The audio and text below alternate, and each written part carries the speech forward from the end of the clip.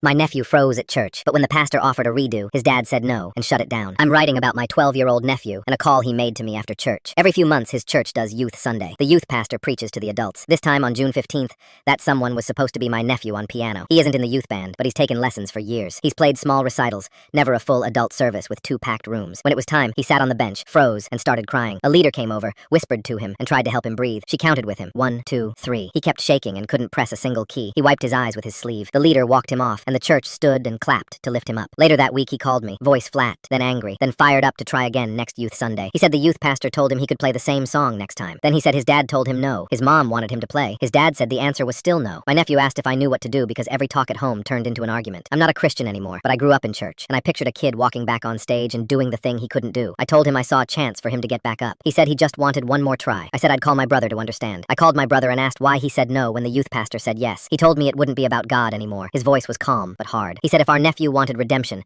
he should find it outside church, like a recital. I said his kid was motivated and he could be proud of that. He said church wasn't the place for a second chance. I said church was literally about second chances. I said other kids might watch his son and feel brave. He said I didn't understand and that it wasn't my business. I said it felt wild that I had to beg him to support his own kid. He said he would be informing the youth pastor and stood firm. I stared at the wall and counted to 5. I hung up with my jaw tight and a sick feeling that this wasn't really about the song. My nephew called again. He said his dad still planned to tell the pastor no. He asked if I could talk to his dad one more time. I told him I'd think, then I sat with it. I kept thinking about confidence as something that grows when you risk failing again. I also didn't want to blow up their home. I paced in my kitchen with the phone in my hand. I took a breath and hit call. I called my brother back, but I started with an apology. I told him I overstepped by telling him how to handle his family. I said I should have kept my mouth shut. He said he appreciated the apology and had more to say. He said our nephew shouldn't run to other adults when a parent says no. He said every parent hates when a kid asks mom after dad already said no. He said allowing a second chance so soon teaches the wrong lesson. He wanted him to learn that you don't always get a redo in life. I told him church is a family, and families want you to stand up again. I said the youth pastor's invitation was part of that. I asked why, if it wasn't right, the pastor had offered. He paused, then told me what he hadn't said before. I could hear dishes clinking behind him. He said the standing ovation made him mad. He said his son didn't play a note and still got clapped for. He said it felt like a participation trophy, and people came over after service to encourage his son, and that embarrassed him. I said the ovation was adults trying to lift up a scared kid. He said encouragement isn't a consequence. He said consequences are what make lessons stick. He said being offered another shot a few days later isn't how the world works. He said he would talk to the youth pastor and shut it down. I felt heat rise in my face, and then I kept my voice.